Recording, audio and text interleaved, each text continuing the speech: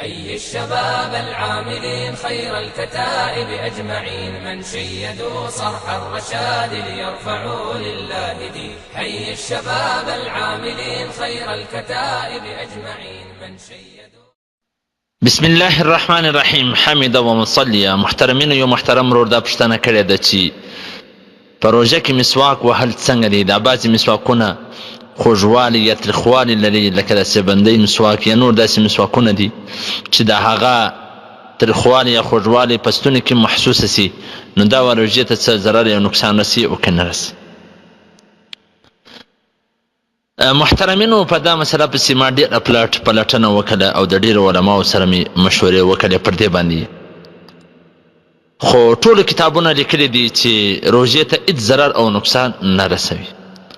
علامه مفتي انعام الحق قاسمي صاحب په خپل کتاب د روژې د مسایلو انسایکلوپیډیا صفحه نمبر 102 هغه لیکلي دي چې د روژې دا دپاره په روژه کې د روژې په دوران کې مسواک وهل جایز دي، که هغه وچ وي، که نود وي، که تازه وي، او که هغه وخت یې رامت کړی وي، او که د مسواک ترخوالی په خوله کې هم معلومه سي یا د دغه تیزه ذایقه هغه خوند هم محسوسه سي، نو پر دې باندې په روژه باندې هېڅ اثر نه پرې وسي او روژه مکروه کېږي هم نه. په حواله د فتاوی نمګیري جلد نمبر اول صفحه نمبر 199. او مفتي انعام الحق قاسمي صاحب د مسواک ډېرې فایدې لیکلي دي. وایي مسواک وهل سنت دي او د دې ډېرې زیاتې فایدې دي چې څه فایدې دا دي: خوله په صفا کېږي، الله په راضي کېږي، فرشتې په خوشحالېږي، نظر په تیزېږي، او د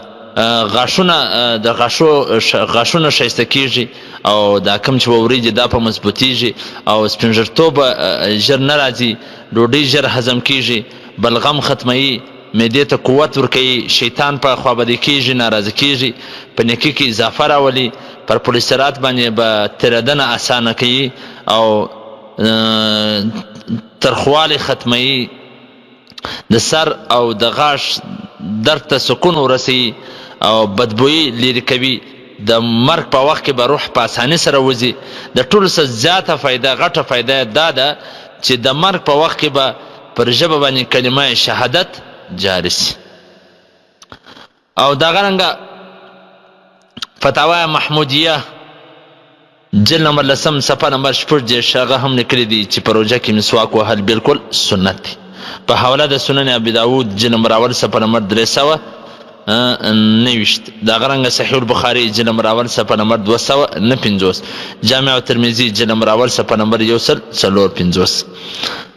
کتاب الفتاوی جلد نمبر 3 صفحه نمبر 308 هغه هم لیکلي دي چې هېڅ پروا نه لري مسواک که وچ وي، که خشک وي، او که سهار وي، که غرمه وي، که ماښام وي، که هر ټیم وي، هېڅ پروا نه لري. په حواله د فتاوی هندیه جلد نمبر اول صفحه نمبر 199.